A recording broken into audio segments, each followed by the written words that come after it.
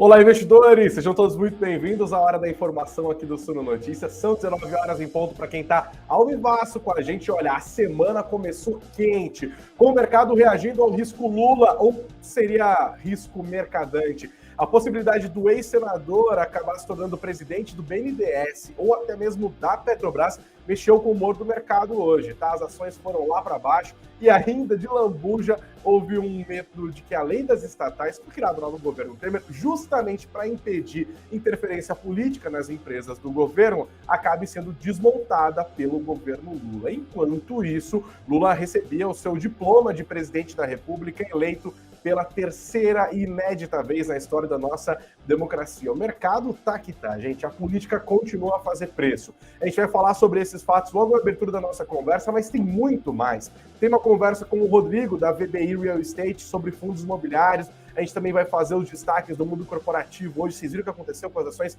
da Wiz, por exemplo? Desabaram. Tem também a Microsoft comprando uma lapinha ali da Bolsa de Londres. Vamos conhecer um pouco mais esses valores. Falar um pouco sobre as expectativas do mercado no Boletim Focus, que foi divulgado nessa segunda-feira. Olha, a nossa conversa hoje está recheada. Eu tenho certeza que você que está junto com a gente, independente do horário, independente da plataforma, vai aprender um pouquinho. Sejam todos muito bem-vindos. Não se esqueçam de sentar o dedo no like, por favor, de se inscrever aqui no canal e de segurar as pontas, porque a gente tem um recadinho ali de 30 segundos e na volta a gente já fala desse dia complicado para o mercado financeiro brasileiro. A gente volta 35.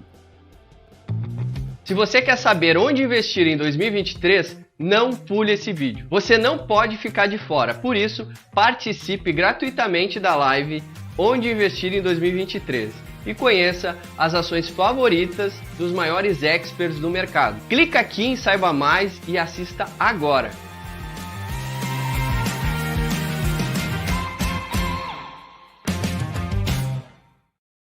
Estamos de volta, sejam todos muito bem-vindos à live das 19 horas do Suno Notícias. Eu sou Gregory Prudenciano. Segunda-feira, dia 12/12, hein? Data cabalística daquelas, por aquelas data boa para o Ibovespa fazer o quê? Abrir um saldão. O dia foi de queda firme do Ibovespa, que chegou a cair 4%, mas acabou desacelerando um pouco esse ritmo de queda. O que está rolando, gente? O que foi o resumo da segunda-feira? Bom, vamos direto aos fatos. Luiz Inácio Lula da Silva foi diplomado hoje presidente da República pelo Tribunal Superior Eleitoral. Esse é o reconhecimento oficial do resultado das urnas. Lula recebeu mais de 60 milhões de votos no segundo turno, em que disputou com o atual presidente da República, Jair Bolsonaro. Ele recebeu, com esses 60 milhões de votos, o título também de pessoa mais votada, né? Foi a maior votação da história. E um outro caso importante dessas eleições, a menor diferença entre dois candidatos no segundo turno desde a nossa redemocratização. Derrotou Bolsonaro, que tentava sua reeleição, mas olha,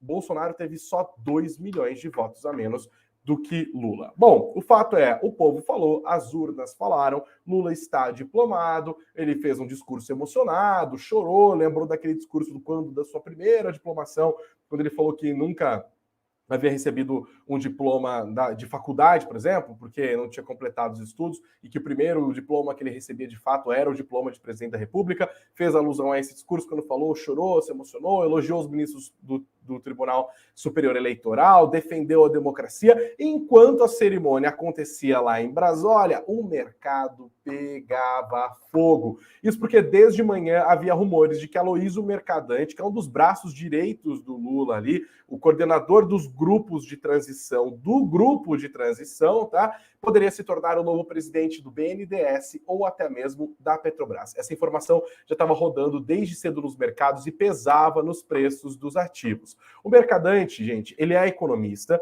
e ele é conhecido pela sua postura heterodoxa, um grande defensor do Estado como indutor do crescimento por meio de todo tipo de intervenção econômica. Inclusive tem um vídeo que é praticamente anedótico do Mercadante, lá de 1986, ele está dentro de um mercado defendendo o congelamento de preços do Plano Cruzado, que a gente sabe não deu muito certo, assim como meio que todo o congelamento de preços da história da ciência econômica, né? E tem país aqui latino-americano que continua repetindo esse receituário. Esse vídeo do Mercadante, joga no Google, no YouTube aqui, você vai encontrar ele defendendo o congelamento dos preços. É óbvio que o mercado olha para o nome do Mercadante como possível presidente do BNDES, possível presidente da Petrobras e faz o quê? Socorro, Mercadante não. Porque o mercado vê na possível ida de Mercadante para a presidência do BNDES, por exemplo, a volta daquela política das campeãs nacionais, que foi começada pelo governo Lula, bem da verdade, foi aperfeiçoada, agigantada no governo Dilma Rousseff, quando o banco era usado para fomentar setores da economia que eles entendiam como estratégicos, mas na verdade eles davam empréstimos subsidiados por nosso dinheiro, pela grana do Tesouro, fruto de arrecadação, entre outras questões, para empresários amigos do PT ali, né? Bom, além dessa, fora a história da própria Petrobras, né? Além dessa história do Aloysio Mercadante ao longo do dia ter feito muito preço e para baixo, uma outra coisa, né? Para ele chegar a esses postos, ou um desses postos, a lei das estatais teria que ser desmontada. A lei das estatais foi criada no governo Temer, logo depois do impeachment de Dilma Rousseff, justamente para proibir a indicação de empresas públicas, agentes políticos, agentes que tenham outros interesses. No caso do Mercadante, ele seria barrado pela lei das estatais, porque a lei proíbe, eu até peguei o trecho aqui, a indicação para a presidência de empresas públicas, quem atuou em estrutura decisória de partidos políticos nos últimos 36 meses. Né? A Aloysio Mercadante tem uma participação muito ativa, muito forte no PT. E aí só isso já estava, né, balançado. A coisa foi ficando um pouco pior, conforme foram divulgados relatórios ao longo do dia, especialmente um da Eurasia Group, que é um grupo de análise política muito famoso no mundo inteiro, que tem aqui participação no Brasil também, tem a sua subsidiária, dizendo que o PT estaria estudando a alteração da lei das estatais. A XP depois soltou um relatório a respeito também, e aí estava formada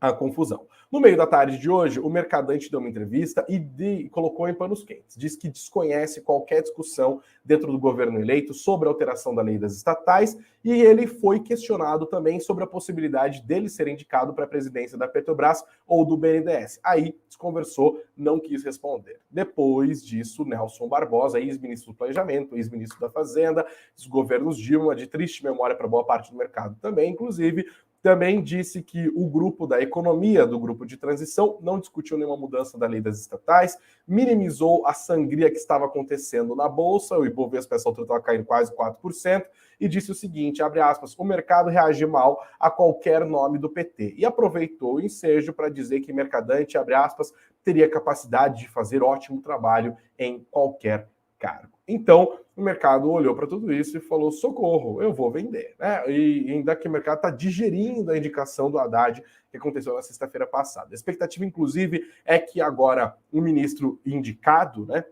futuro ministro da Fazenda, Fernando Haddad, comente o assunto sobre essa lei das estatais amanhã. Vamos ver se de fato há alguma intenção, se o PT vai mexer nesse vespeiro desde agora. Vamos prestar atenção. Como eu disse, o Ibovespa chegou a cair quase 4%. O mercado está muito preocupado com as estatais. Tá? A Petrobras, inclusive, está no foco do governo eleito e está no foco do investidor. A empresa ainda paga uma dívida bilionária adquirida na época dos governos do PT. O medo do mercado é que a política de paridade de preços da empresa seja desfeita e que o governo use a estatal para fazer investimentos, como no passado o próprio PT já sinalizou com isso, inclusive com um futuro de menores dividendos adiante. O BNDES, como eu disse, durante os governos do PT, assumiu esse papel de financiador de grandes investimentos para empresários amigos do governo. Se o cenário interno não estava ajudando, e o externo também não, isso porque olhando para fora, a China voltou a adicionar risco hoje. De fato, está rolando um relaxamento nas medidas de restrição contra a Covid-19 lá no país, mas o país segue apresentando picos de contaminação pelo novo coronavírus. Isso acabou pegando no preço do minério de ferro hoje, afetou as ações das mineradoras. Com tudo isso, meu povo, a fotografia do dia ficou bem ruim. O mercado também segue focando nos riscos fiscais associados à PEC da transição. Mas olha só, a PEC da transição acabou atuando como uma espécie de alívio, de amortecedor para a queda do Ibovespa nessa segunda-feira. Por quê? Porque o mercado gosta da PEC transição? Óbvio que não. Para você que chegou agora não se perder, o PT antes queria tirar do teto de gastos 200 bilhões de reais para financiar a Bolsa Família e outras cositas, mas durante 4 anos. O projeto que foi aprovado na Comissão de Constituição e Justiça do Senado Federal e também no plenário da Casa prevê um aumento do limite do teto de gastos, um aumento do limite de gastos em 145 bilhões de reais pelo período de 2 anos. A questão é que veio uma notícia ali de que o projeto que deveria ser votado na Câmara dos Deputados nesta quarta-feira talvez não possa ser votado nesta quarta-feira na Câmara dos Deputados, porque falta quórum. O mercado entendeu isso como um sinal de fraqueza da proposta e mais, como um alerta de que a proposta pode desidratar um pouquinho mais, e aí isso trouxe algum alívio para esse dia tão tumultuado em que a política fez tanto preço ao longo de todo o pregão. No fim das contas, essa percepção toda de risco jogou o dólar para cima, a alta foi de 1,26%.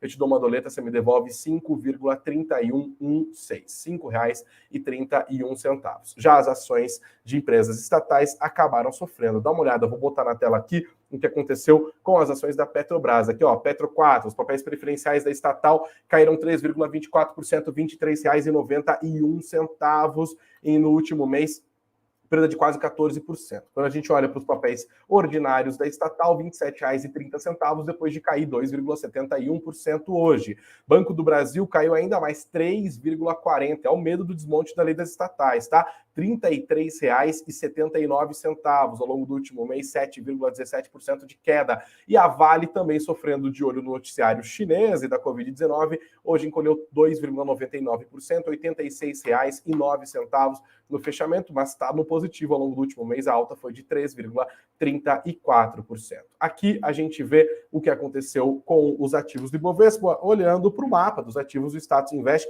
você vê aí um blocão, né, bastante vermelho. A gente vê a Vale caindo, todos os bancos caindo, o setor de petróleo todo para baixo, energia elétrica majoritariamente negativo. Não teve nenhum setor hoje em que preponderou um movimento de compra, tá? O movimento foi mais de venda para a maior parte das pessoas mesmo. É isso, gente. Começamos a semana com muita percepção de risco aqui e acolá. A gente vai falar, inclusive, sobre cenários prospectivos e também olhar um pouco para trás agora na nossa conversa com o Rodrigo Abud, ele que é sócio fundador da VBI Real Estate. Esse é o nosso quadro Gestão Ativa, em que a gente recebe gestores aqui para falar sobre como eles controlaram o manche dos navios que eles estão guiando ao longo desse 2022 e, claro, falar um pouco como eles estão vendo logo adiante. Rodrigo, seja muito bem-vindo ao Suno Notícias. Boa noite para você.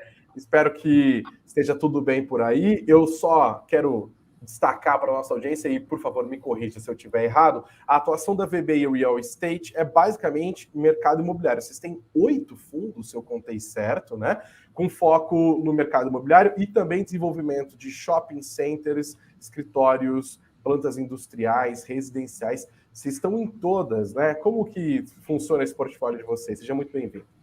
Bom, boa noite, Greg. Antes de mais nada, obrigado aí pelo convite. Sempre um prazer para a gente estar aqui, né? Falando um pouco sobre a VBI, sobre a nossa atuação. Basicamente, a VBI é uma casa de gestão de investimentos imobiliários, tá? A gente sempre fez isso desde sempre. É uma empresa que começou em 2006, tá? Desde então, a gente só faz gestão de investimentos no setor imobiliário. Começamos basicamente com investidores estrangeiros que queriam vir para o Brasil, né, investir no setor, tá, e não tinham presença aqui. Então, a gente estruturava fundos offshore, né, fundos internacionais que captavam dinheiro lá e alocavam aqui no Brasil. Nesse primeiro momento, a nossa estratégia era mais desenvolvimento, ou seja, construir projetos nos setores que você falou, né, residencial, ou escritórios, logística, shopping center, varejo, enfim, vários outros. E uma vez o imóvel, o ativo pronto, performado, a gente vendia a mercado. Tá? Mas depois, a partir de 2012, quando a gente começa a ver o desenvolvimento da indústria de fundos imobiliários, a gente começa a captar também aqui no Brasil. Tá? Então, a gente tem os fundos listados aí em bolsa, né, que são também essa série de fundos nesses diferentes setores. A gente tem aí esses 8 fundos listados em bolsa. Tá? E aí é uma estratégia mais de geração de rendimento, pagamento de dividendo mensal, uma estrutura típica de fundos imobiliários. Tá? Nesse setor, de olho no investidor que está olhando para o longo prazo, né? Exato, aquele rentista, né, que está lá comprando o fundo imobiliário, comprando os ativos, comprando os contratos de locação que estão embaixo dele. Tá? Então, quanto que tem em patrimônio juntando esses 8 fundos hoje? Hoje a VBI tem ao todo 6,8 bi sob gestão, tá? Juntando todos esses fundos de estratégia de desenvolvimento com os fundos listados, a gente está com 6,8 bi em ativos sob gestão.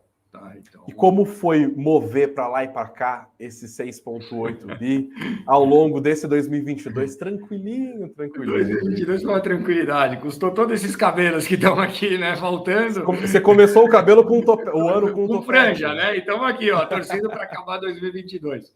Não, foi um ano bastante desafiador aqui para a gestão de fundos imobiliários. Tá? Então, a gente começa aí com uma pressão inflacionária, né? Poxa, temos que controlar a inflação, e isso, a medida que a gente tinha, que foi utilizada para controlar a inflação, era a taxa de juros, né? Então, quando a gente tem um cenário ascendente de taxa de juros, o mercado fala, opa, pera lá, vamos lá, não é hora, vamos para renda fixa, né? Então, nosso grande desafio no primeiro semestre foi lidar com essa estabilização da inflação via aumento da taxa de juros. Tá? Por isso, no primeiro semestre, funcionou muito bem, funcionou melhor a estratégia de captação de recursos para fundos de crédito. Tá? Então, no setor imobiliário, mesmo os fundos imobiliários, a gente tem uma estratégia que é o crédito imobiliário. A gente dá crédito para empresas do setor fazerem os seus desenvolvimentos, comprarem os seus ativos, né, com a emissão dos CRIs, dos CRIs, que são um mecanismo de lastro com lastro imobiliário, né, mas o mecanismo de crédito com lastro imobiliário. Então, a gente teve um primeiro semestre onde funcionou melhor esse setor, então, de crédito imobiliário, porque muitas vezes ele era CDI+, ou também linkado com inflação, né? Você tinha uma taxa fixa mais a inflação, né? Com a inflação ascendente, todo mundo falava, poxa, é uma boa estratégia estar nesses mecanismos. Então, a gente teve um primeiro semestre mais interessante para a parte de crédito de papéis, como a gente chama, né? Sim. Aí a gente costuma falar fundos de papel. Né? Fundos de papel, exato. Aí a gente começa a ter um cenário ali a partir de meados do ano, né? A gente começa a ter um cenário um pouco mais de estabilidade da taxa de juros. A taxa de juros, quando a gente começou a passar dos 13% da taxa de juros, né? A gente começa a ter um cenário, ela está batendo o teto, está estabilizando, mas ela deve inverter, essa curva deve começar a se inverter, né? Então, nesse momento, a gente começa a ter algum alento para os fundos de tijolo, né? Os fundos de tijolo voltariam a ter um maior apetite de mercado quando essa curva começasse a inverter. Tá? Então, você começa a perder a pressão na parte da renda fixa e começa a correr um pouco mais de risco na renda imobiliária. Para isso, o fundo de tijolo funciona muito bem. Então, a gente teve uma movimentação ali, uma tendência de inversão de curva ali, uma mobilização para os fundos de tijolo, tá? Funcionou isso por uns 2, 3 meses, eu diria um trimestre, né? E a partir dali veio o cenário eleitoral, né? Então veio, poxa, o cenário eleitoral já era dado ao longo do ano, né? Já tínhamos ali uma perspectiva de que, poxa, qualquer que seja o presidente, pouco deve mudar na política econômica. Foi com isso que o mercado trabalhou até a eleição, até pós-eleições. Aí começam os discursos do novo presidente eleito,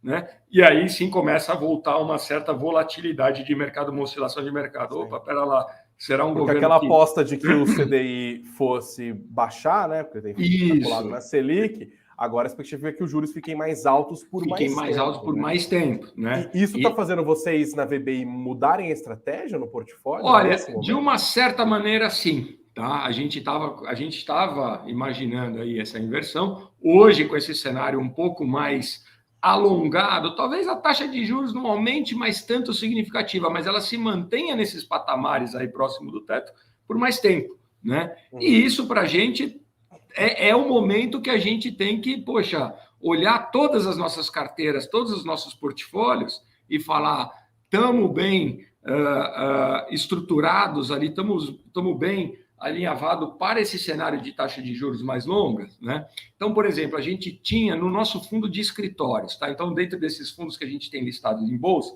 a gente tem um fundo que é o PVBI 11, que ele só investe em escritórios AAA, Prime, bem localizado, tá? Ativos de primeira linha. E a gente tem ali essa estratégia, ela tem se mostrado muito resiliente, porque escritório bom, ele preserva valor. Tá? A gente cruzou toda a pandemia, toda a ameaça do home office com 0 de vacância. Tá? Você pode ver, o setor de escritórios como um todo sofreu muito, né? Tinha aí as notícias, poxa, a vacância está aumentando, né? O mercado sofreu, os outros fundos imobiliários sofreram muito. A gente foi o único fundo que manteve ali, preservou a vacância entre 1%, porque a gente teve um restaurante desocupado, e 0%. Tá? E até aí, Entendi. em termos do portfólio, tudo extremamente resolvido. Porém, nesse fundo, por exemplo, a gente tinha uma pequena alavancagem. Tinha uma alavancagem de 15% do patrimônio líquido, que estava equacionada. Tá? A gente falava, bom, ele não fere tanto a distribuição mensal. Então, de uma certa forma, ele está equacionado. Porém, a gente está num período de carência de pagamento do principal dessa dívida. Tá? E essa dívida começaria a ser amortizada, ou seja, a gente começaria a pagar não só os juros mensal, mas o principal mensal, a partir de julho de 2023. Tá? O que a gente fez? Falou, opa, pera lá, até lá os juros não caiu, pelo contrário, se manterá provavelmente alto, se não subir ainda mais. Tá? Então, a gente vai sofrer mais do que estava projetado, né, se a gente estiver carregando essa dívida. Na outra ponta, a gente viu um cenário, tá, de valorização dos ativos, né? Ativos prime, como eu falei da nossa estratégia, eles acabaram se valorizando. Então, a gente viu uma oportunidade de vender ativo no mercado privado para quitar essa dívida, tá? Para não carregar essa dívida. Com isso, só para entender uma questão técnica para a nossa audiência aqui, quando você fala de alavancagem do fundo, se eu estiver falando bobagem, pelo amor de Deus, tudo não, imagina. Mas basicamente vocês constituem uma dívida para colocar outros ativos naquela carteira, certo? Isso. E com a expectativa de que aqueles ativos que vão passar a compor vão valer a pena em termos de rendimento e de valorização. A gente compra um imóvel financiado, exatamente. Tá? Como um imóvel financiado. A gente compra um imóvel financiado falando, poxa, eu estou comprando um imóvel bom, esse imóvel bom vai se valorizar mais do que a taxa que eu estou pagando no financiamento imobiliário. Tá? E foi verdade. Tá? Em termos de resultado que a gente teve nessa compra, por exemplo, tá? A gente deu um resultado muito maior, a gente deu um resultado muito grande. A gente comprou esse imóvel 1 ano e meio atrás, vendeu agora por um valor de mercado 35% superior ao que a gente pagou. Tá? Então, em termos de resultado, a gente ganhou bastante dinheiro para o nosso cotista. A gente ganhou mais de 40% ao ano para o nosso cotista. Por isso que a gente fez essa venda, por isso que a gente quitou essa dívida. Tá? Então, ali todo mundo falava, poxa, mas esse fundo tem dívida, essa dívida está atrelada ao CDI, o CDI subindo ou mantendo num patamar elevado por mais tempo, machuca o fundo. A gente falou, é verdade, tá? Apesar o fundo, o ativo está crescendo, né? O preço do imóvel está crescendo mais do que essa taxa, porém o cotista tinha uma certa razão nesse sentido. Por isso a gente optou pela venda desse imóvel, tá? Chegou e falou, olha, o ativo que eu comprei por 30, vendi por 39 agora, tá? Esses 9 mil aqui eu estou distribuindo de lucro para vocês. E estou zerando a dívida. Tá? Aí todo mundo falou, poxa, que legal. Bom resultado, bom movimento. Né? Então, essa foi uma medida, por exemplo, para reposicionar aí devido essa volatilidade de 2022 e essa projeção de 2023 aí com um cenário um pouco mais restrito por mais tempo. Tá? Ótimo. Olhando para 2023, portanto, como que vocês estão hoje, né? Porque eu imagino, vocês são uma equipe, são quantas pessoas hoje na VBI? Hoje nós estamos em 51 pessoas aqui. 51 pessoas. Quem que toma as decisões dos fundos? São quantos gestores ali mesmo? Nós somos em 6 gestores, tá? Que tocam, que cada um pilota um fundo, uma estratégia da casa. É uma mesa de bar animada, né? Imagino que tem vários cenários colocados aqui, né? Porque tem possíveis desenhos que vão levar a um risco fiscal de determinado tamanho, outro de outro e tal. Como que vocês enxergam 2023, olhando agora, né? Com esse olhar de dezembro de 2022? Vocês fazem plano A, plano B, plano C? Tem alguma coisa que vocês conseguem adiantar para a gente aqui? Sem dúvida. Quando a gente fecha, né? Essa é uma época de fechamento de business plan, projeções, metas de captação, contratação, demissão, sei lá, né? Tudo passa por toda a parte de planejamento da empresa como um todo, né? Então, quando a gente olha, a gente fala, poxa, o que tem sido discutido em termos de política econômica / política social, é um pouco menos favorável do que a gente imaginava 3 meses atrás, tá, para a gestão de fundos imobiliários. Então, a gente volta àquele cenário que eu falei do primeiro semestre de 2022. A gente volta, tem que trabalhar com uma taxa de juros mais elevada por mais tempo, né? Você acabou de falar aí da PEC, do PEC dos gastos, né? Essa incerteza de como serão os gastos, o impacto disso na economia, geração de inflação, tudo mais. Então, eu acho que esse cenário deve se estender por mais tempo. Então, a gente deve ter um primeiro semestre um pouco mais volátil e restrito para novas captações para tijolo, né? Por outro lado, a gente volta com uma estratégia de crédito a funcionar. Então, quando a gente olha aqui 2023, eu acho que vão ter boas oportunidades. Tá? Agora, as oportunidades no primeiro semestre, vamos trabalhar mais com uma possibilidade de negociação de fundos de papel, né? Os fundos do crédito imobiliário, e aí tudo leva a crer que a partir do segundo tri, ou talvez do segundo semestre, a gente recupere aí a questão de um cenário mais favorável para os fundos de tijolo. Tá? Então, para isso, a gente tem que intensificar aqui a nossa estratégia. Os nossos ativos, todos eles são primes, né? São bem localizados, eles se defendem bem nesse momento. Tá? E aí, preparar a casa para um segundo semestre bem mais ativo. Tá? Um segundo semestre onde, então, a gente comece a ver aí essa inversão da curva e o mercado se abrir novamente para os fundos de imóveis, para os fundos de tijolo, como a gente chama. Para encerrar a nossa conversa, eu tenho uma pergunta em duas.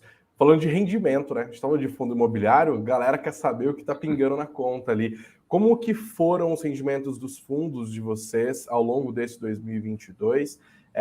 E como que funciona a estratégia de vocês para entregar sempre bons valores para o cotista?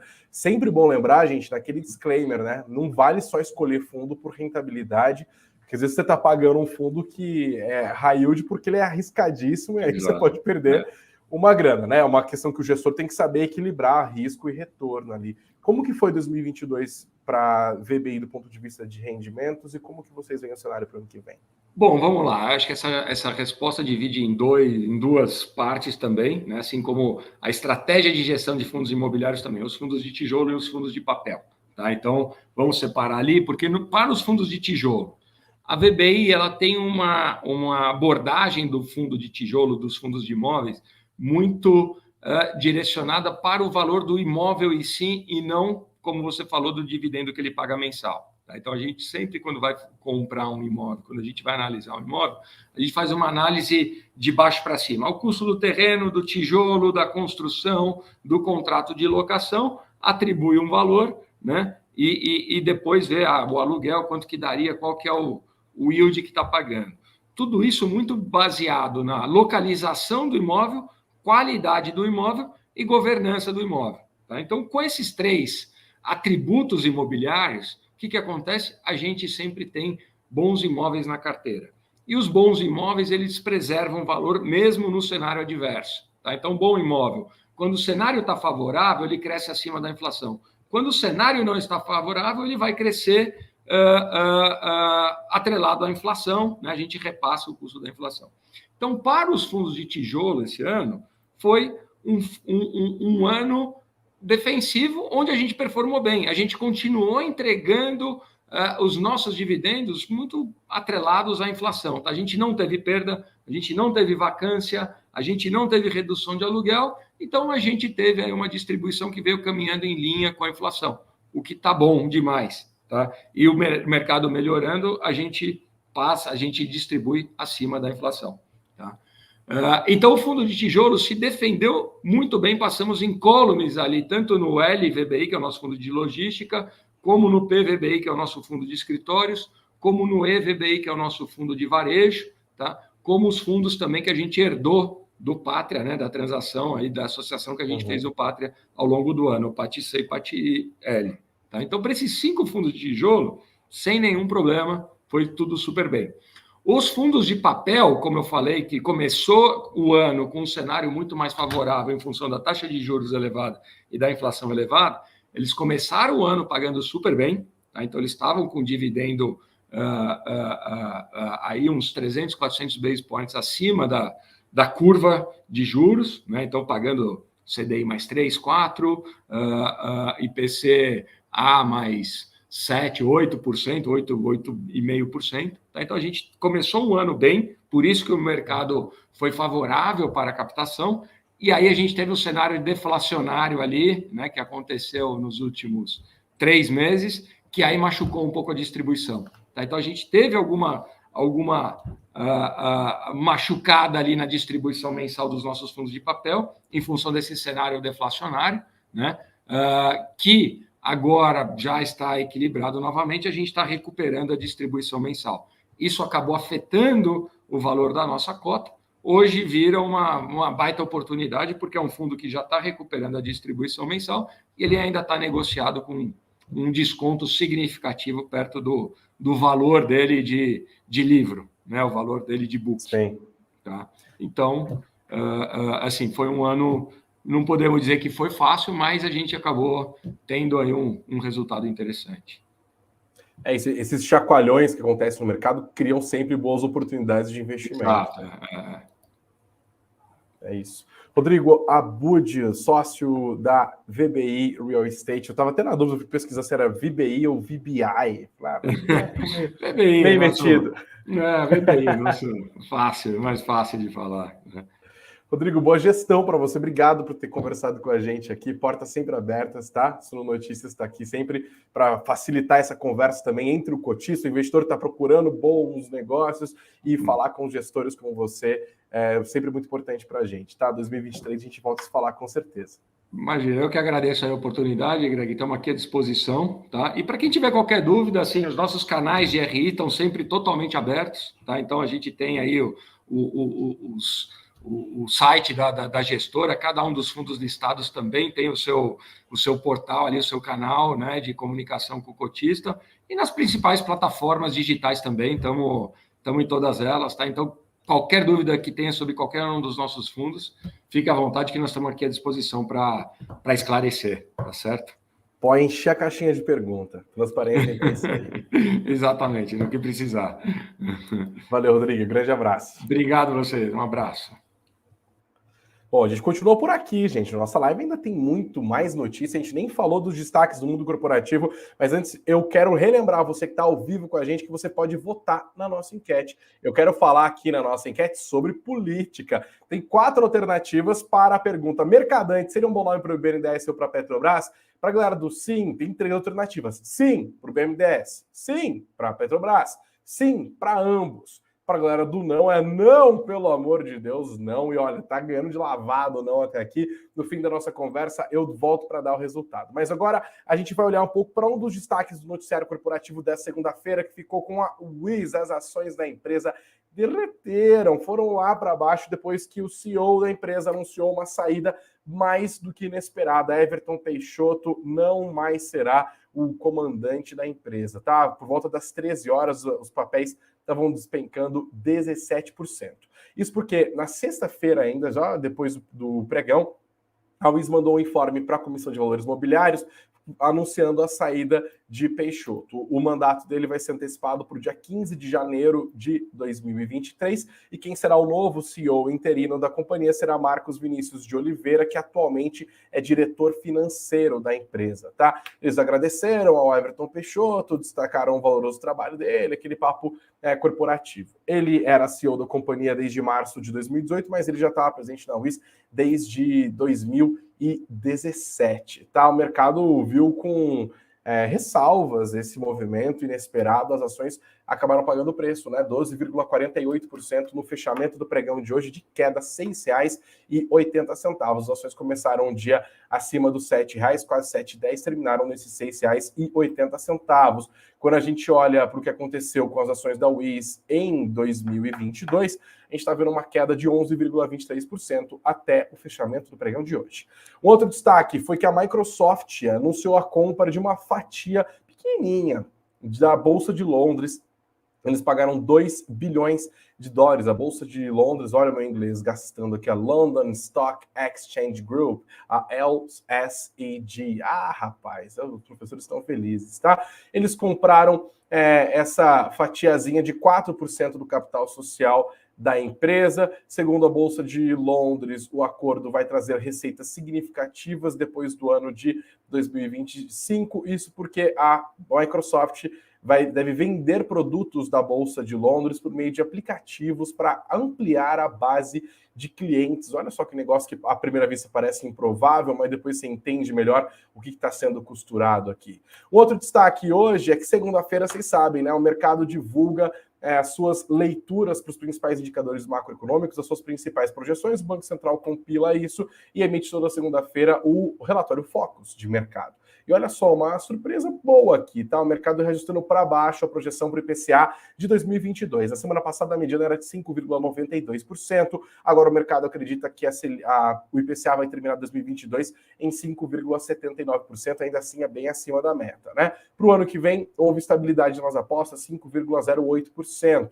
Quando a gente olha para a PIB, o mercado manteve a projeção de crescimento de 3,05% da semana passada e também a projeção de crescimento de só 0,75% para o PIB no ano de 2023. Projeção para câmbio ficou tudo na mesma, R$ 5,25, tanto para 22 quanto para 23, e no caso Selic, a gente já sabe, vai terminar mesmo o ano de 2022 em 3,65, porque na semana passada teve a decisão do Copom, e o mercado acredita que vai terminar o ano que vem em 11,75%. O mercado, com esse risco fiscal todo, está jogando para frente o processo de redução, de afrouxamento monetário, tá? Por isso, inclusive, você pode ver que 4 semanas atrás, a aposta dos agentes era de que a Selic terminasse 2023 em 11,25. Agora a mediana é de 11,75, ou seja, 0,5 ponto percentual acima. O mercado está com medo que o risco fiscal faça com que o Banco Central mantenha os juros mais altos por mais tempo, como a gente acabou de conversar com o Rodrigo aqui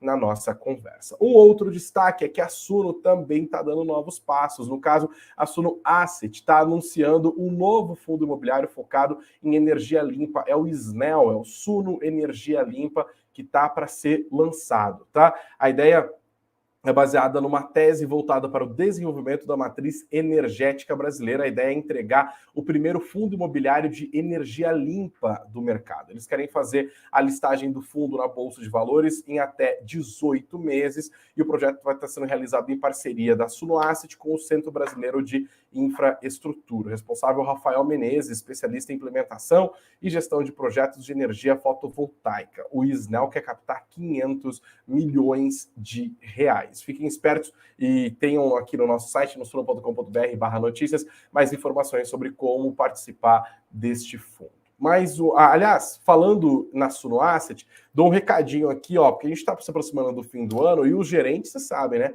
Fica louco. Aqui na nossa descrição do nosso vídeo e também nas plataformas de podcast, você tem um link para uma oferta relâmpago da nossa assinatura mais vendida. Isso agora falando da Suno Research, é o Suno Premium, que está com 30% de desconto por tempo limitado. É uma promoção assim relâmpago para os próximos dias. A assinatura mais cobiçada da Suno. O que tem dentro dela? São 6 carteiras de investimento, tem os relatórios destas 6 carteiras, tem relatório especial de macroeconomia escrito pela equipe que a gente sempre conversa aqui, Gustavo Sung, o Rafael.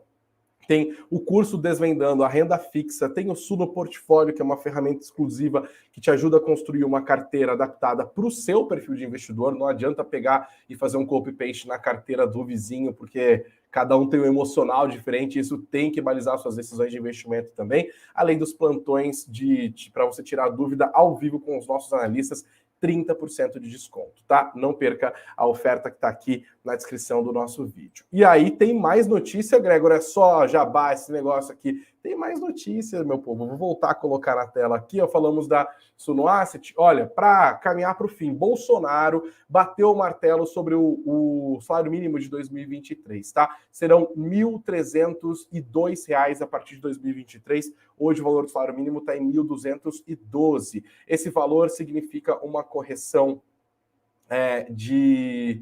Cadê aqui os valores? Espera aí que eu me perdi. Aqui, ó. Correção considera uma variação prevista de 5,81% para o Índice Nacional de Preços ao Consumidor de janeiro a dezembro de 2022, ou seja, não temos ainda essa variação acumulada no ano, porque a gente não tem o INPC do mês de dezembro ainda, né? Vamos saber só em fevereiro.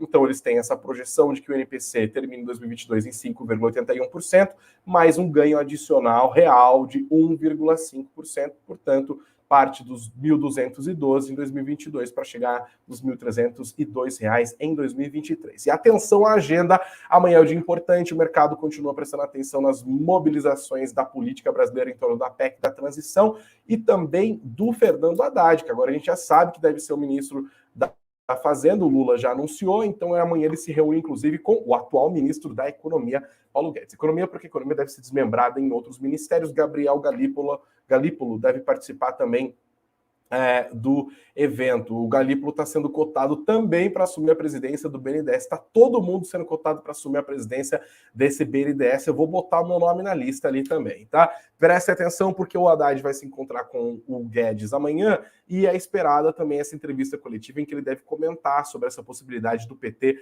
dar uma balançada ali na lei das estatais, que é a última coisa que a gente precisa, pelo amor de Deus. E também, claro, com as indicações ali para a BNDES, para a Petrobras. Agora Haddad fala como futuro ministro da Fazenda, então as falas dele de fato são consideradas e acompanhadas, cadê minha lupinha? Saudade dela, acompanhadas de lupa pelo mercado financeiro e, obviamente, pelo Suno Notícias também, tá? A gente tem mais um recadinho, peraí, deixa eu pensar. Vou falar desde já, então, a nossa votação aqui. Pode subir a música, Lucas. 339 votos até o momento, 343, a galera tá votando. Eu perguntei se o Mercadante seria um bom nome para o BNDES ou para a Petrobras. E olha, 3% disseram sim, seria um bom nome para a Petrobras. 4% disseram seria um bom nome tanto para a Petrobras quanto para o BNDES. 9% disseram seria um bom nome para o BNDES. Mas 84% da nossa audiência falou Mercadante. Não, pelo amor de Deus, não. Nenhum, nem outro. Olha, amanhã, gente, tem só Morning Call, tá? Que hoje teve um probleminha técnico aqui, acabou não acontecendo. Mas tem Morning Call, Beatriz vai fazer, mas não tem live das 19 horas, porque vai ter uma confraternização interna da Suno. Então eu espero amanhã às 19 horas, tá? Chamando o Thiago Reis de meu rei, tá? Estarei já para lá de Bagdá, se Deus quiser. Espero que ninguém filme, que ninguém vaze nada. Então amanhã, excepcionalmente, não teremos a nossa conversa aqui das 19 horas, mas depois, na quarta-feira, estaremos aqui com toda certeza, se Deus quiser. Então beijos aos de beijos, abraços aos de abraços. Fiquem ligados que tem mais um recadinho aqui e eu volto na quarta-feira, mas amanhã, 9 horas da manhã, tem Beatriz Boiade. Obrigado, gente, pela audiência. Valeu mesmo. Muito dinheiro no bolso. Até mais. Esse é um recado importante para você, investidor. Confira as melhores ações para 2023. Me reuni com grandes especialistas do mercado para debater as perspectivas para o próximo ano de 2023. Você pode se tornar o novo tubarão dos investimentos. Assista a live 100% gratuita e online com especialistas da Suno Research e da Messa Investimentos. Clica aqui embaixo em Saiba Mais e confira todas as previsões para esse novo ano de 2023. Te vejo lá.